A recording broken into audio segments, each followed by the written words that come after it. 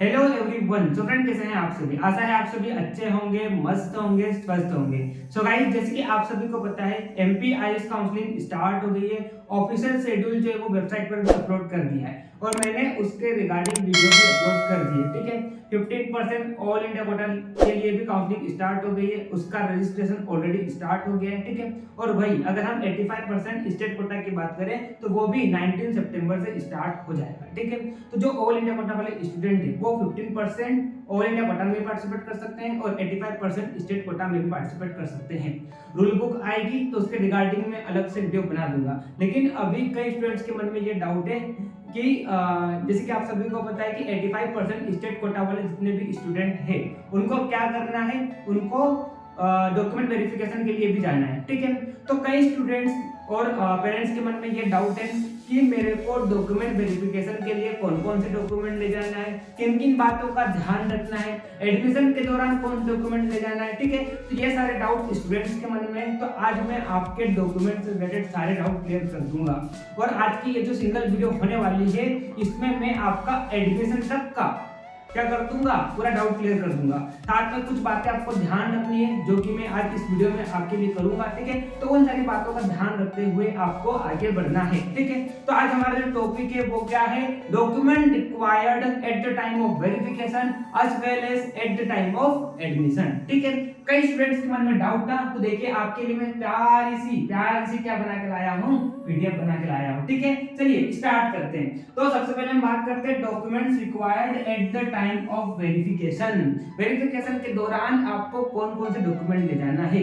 आप सभी को पता है जितने भी 85% स्टेट कोटा में पार्टिसिपेट करेंगे उनको सबसे पहले नजदीकी गवर्नमेंट कॉलेज पे जाना है। आप नजदीकी गवर्नमेंट कॉलेज आपके आसपास जो भी हो वहां पर आप जा सकते हैं बीएमएस के कॉलेज में और अपने डॉक्यूमेंट वेरिफिकेशन करा सकते हैं।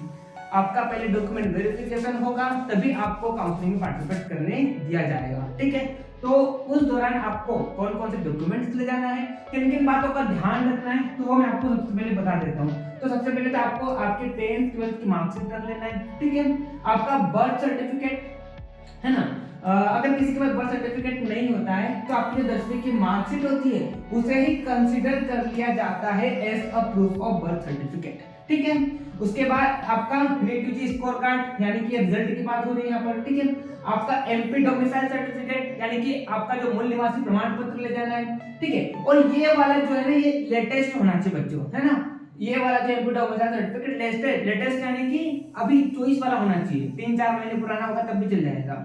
ठीक है, अगर आप में से किसी ने अपडेट नहीं कराया है तो इसे आप क्या करा लीजिए, अपडेट करा लीजिए। 3 से 4 दिन में अपडेट हो जाता है। ठीक है, इसे आप अपडेट करा लीजिए, काफी पुराना नहीं चलेगा।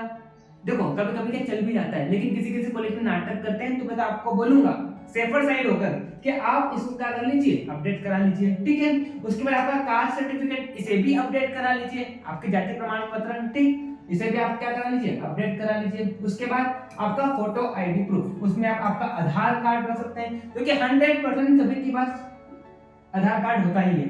किसी के पास नहीं है तो पैन कार्ड भी रख सकता है, वोटर आईडी भी रख सकता है और आपका ड्राइविंग लाइसेंस भी आप रख सकते हो। ठीक है, कोई पीडब्ल्यूडी कैंडिडेट है तो उसको आप क्या करना है, डिसेबिलिटी वाला सर्टिफिकेट रखना है। ठीक है, कोई किसी को माइनॉरिटी यानी कि जैन कम्युनिटी का है, कोई मुस्लिम कम्युनिटी का है, तो अगर आपको माइनॉरिटी लग रही है तो आप माइनॉरिटी सर्टिफिकेट रख लीजिए, है ना। किसी को फ्रीडम फाइटर सर्टिफिकेट मतलब सैनिक कोटा लग रहा है तो वो ये रख सकता है, फ्रीडम फाइटर वाला, है ना, फ्रीडम फाइटर और सैनिक कोटा। फ्रीडम फाइटर यानी कि जो क्रांतिकारी रह चुके हैं जिनके परिवार में पूर्वज, तो आप क्या कर सकते हो, फ्रीडम फाइटर सर्टिफिकेट रख सकते हो, आपको उसका बेनिफिट मिलेगा। तो जिसको इसका और सैनिक कोटे का बेनिफिट मिल रहा है जरूर लीजिए, कट ऑफ कम जाती है। ठीक, आपका नीट का एडमिट कार्ड आपको रखना है ना, और आपका नीट का एप्लीकेशन फॉर्म। तो ये सारी चीजें आपको eight the time of document verification ले जाना है। आप जब रजिस्ट्रेशन करेंगे तो वहां पर भी नीचे आपको लिस्ट मिल जाएगी कि कौन कौन से डॉक्यूमेंट ले जाना है, तो ये सारे डॉक्यूमेंट्स आपको वहां पर देखने को मिलेंगे। ठीक है, तो कई स्टूडेंट के मन में डाउट था कि sir gap certificate document verification के समय लगेगा, नहीं लगेगा। फिर इसके अलावा जैसे कि बात करते हैं सीट लिविंग बोर्ड, तो आपको कब बनेगा, जब आप कॉलेज में जाएंगे एडमिशन लेंगे तब बनेगा वो, तो ठीक है, तो उसकी भी आपको दिक्कत नहीं है। ठीक है, तो जो मैंने आपको यहाँ पर लिस्ट बताई ना, यही डॉक्यूमेंट आपको eight the time of verification ले जाना है। लेकिन मैं फिर आपको बोल रहा हूँ आपके जितने भी डॉक्यूमेंट है उनका वजन तो है नहीं, तो आप सारी फाइल ले जाओ, है ना। आप सारी फाइल ले जाओ, फिर वहां पर एक लिस्ट लगी होगी, आप जाएंगे ना वेरिफिकेशन के लिए, कॉलेज के बाहर बकायदा एक लिस्ट लगी होगी कि आपको कौन कौन से डॉक्यूमेंट अंदर ले जाना है, उस सीक्वेंस में जमा कर आपको अंदर ले जाना है। तो आप आपकी फाइल ले जाओ, उसमें से जो जो वहां पर लिस्ट में दिख रहा है उनको आप जमा लो, ठीक है, साथ में आपकी फोटो रख लो और ले जाओ आप उसको अंदर, ठीक, वेरिफिकेशन के लिए। तो ये सारे डॉक्यूमेंट आपको ले जाना है। मैंने आपको क्या सजेस्ट किया, किन बातों का ध्यान रखना है, पूरी फाइल ही रख लो यार, वजन थोड़ी ना फाइल का, ठीक है, और बच्चे तो नहीं तो घुमा दोगे, ठीक। चलिए अब हम बात करते हैं document required at the time of admission. Admission के दौरान कौन कौन से डॉक्यूमेंट, तो ऊपर जो मैंने बताया वो सारे यहाँ पर सेम रहेंगे, ठीक है।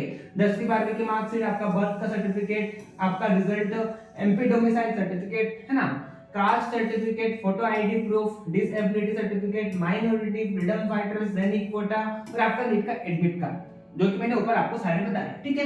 आपका नीट का एप्लीकेशन फॉर्म ले जाना है, 8 आपको पासपोर्ट साइज फोटो, और ये फोटो सेम होनी चाहिए जो आपने नीट के एप्लीकेशन फॉर्म में लगाया था, ठीक है। आपने जब नीट का एप्लीकेशन फॉर्म फिल किया था उस समय आपने जो फोटो लगाई थी वही फोटो आपको रखनी है, ठीक है। उसके बाद हम बात करते हैं आपको अलॉटमेंट लेटर, आपका एडमिशन हो जाएगा तो ऑनलाइन अलॉटमेंट लेटर जनरेट होगा, तो उस अलॉटमेंट लेटर को आपको प्रिंट करके ले जाना है। आपका गैप सर्टिफिकेट, अगर आपने ड्रॉप लिया 1 साल 2 साल कितने साल का गैप लिया है, कोर्ट में ये बनता है गैप सर्टिफिकेट, ठीक है। उसका एक फॉर्मेट होता है, अगर आप किसी के पास नहीं हो मेरे को आप मैसेज कर दो, इंस्टा पे फॉलो कर दो, वहां पर मैसेज कर दो तो आपको मैं बता दूंगा, ठीक है। अगर आप इसके पर्सनल गाइडेंस लेना चाहते हैं मेरे से तो वो भी ले सकता है, नंबर आपको यहाँ पर दिखाई दे रहे हैं, मेरे को कांटेक्ट कीजिए, ठीक है। 1000 रुपए कोर्स के चार्जेस है, आपको मैं पर्सनली गाइड कर दूंगा किस तरह से आपको काउंसलिंग में पार्टिसिपेट करना है, ठीक है। उसके बाद आपका टीसी स्कूल से मिलेगा, आपको कैरेक्टर सर्टिफिकेट, कई बच्चों को डाउट है कैरेक्टर सर्टिफिकेट होता क्या है, तो आपके कैरेक्टर के बारे में यहाँ पर बात की जाएगी। मतलब आप लास्ट समय जहाँ पर से भी पढ़ के आए, चाहे आप कॉलेज में थे किसी, चाहे आप स्कूल में थे किसी, तो आपका एक कैरेक्टर सर्टिफिकेट बनाएंगे कि आपका वहां पर बिहेवियर कैसा था,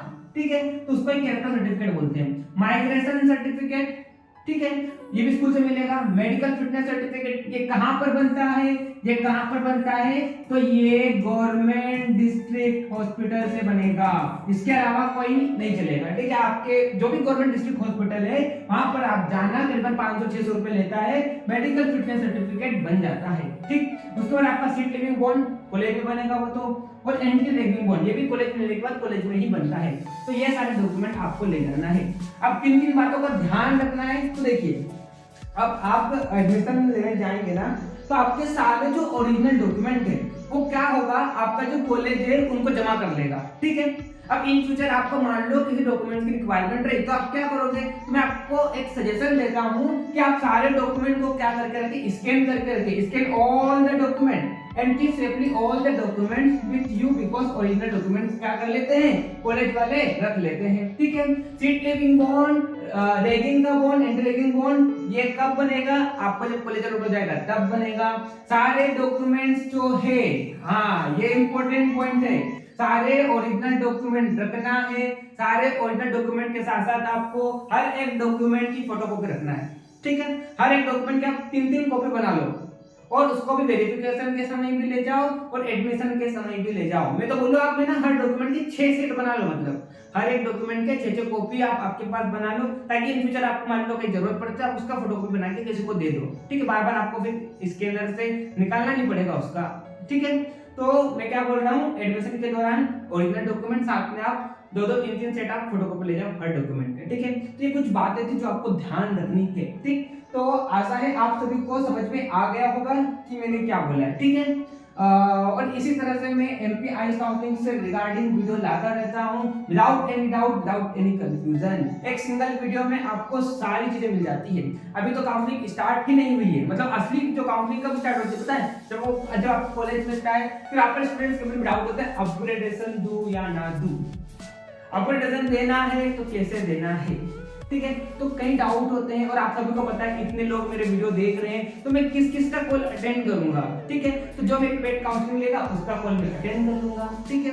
बाकी जिसको काउंसलिंग लेना है वो मेरे को कॉल कर सकता है, लेकिन मैं प्रायोरिटी उसको दूंगा जिसने मेरी पेड काउंसलिंग ली है, ठीक है। 1000 रुपए चार्ज है, लेकिन इस 1000 में आपको इधर उधर फिर घूमना नहीं पड़ेगा, मतलब आपको 17 जगह घूमना नहीं पड़ेगा। इस यूट्यूब चैनल को खोल लूं, उसको खोल लूं, टाइप मेरे को कॉल लगाइए, आपका काम हो जाएगा। ठीक है, तो ये थी वीडियो। और चैनल को सब्सक्राइब नहीं किया, चैनल को आप सब्सक्राइब कर लीजिए, क्योंकि ये वीडियो जो आप मेरा चैनल है ये सिर्फ यहीं तक लिमिट नहीं है। आप जब आगे बीएमएस में एडमिशन लेंगे तो वहाँ पर मैं बीएमएस ऑनलाइन क्लासेस में खुद लेता हूँ, मैं खुद पढ़ाता हूँ। ठीक है, आज मेरी कोचिंग में लगभग 600 प्लस स्टूडेंट्स पढ़ रहे हैं। ठीक है, तो आप भी पढ़ेंगे तो वही है मतलब। ठीक है, तो आप चैनल को सब्सक्राइब कर लीजिए, आपको सारी चीजें यहीं पर मिलेगी। अब बीएमएस आपका जो बीएमएस रोड है ना, मतलब आप जो जाने वाले हो बीएमएस में, तो आपकी और मेरी जर्नी जब तक आप डॉक्टर नहीं बन जाते तब तक रहेगा। ठीक है, चलिए तो मिलते हैं नेक्स्ट वीडियो में, तब तक के लिए okay bye, see you again.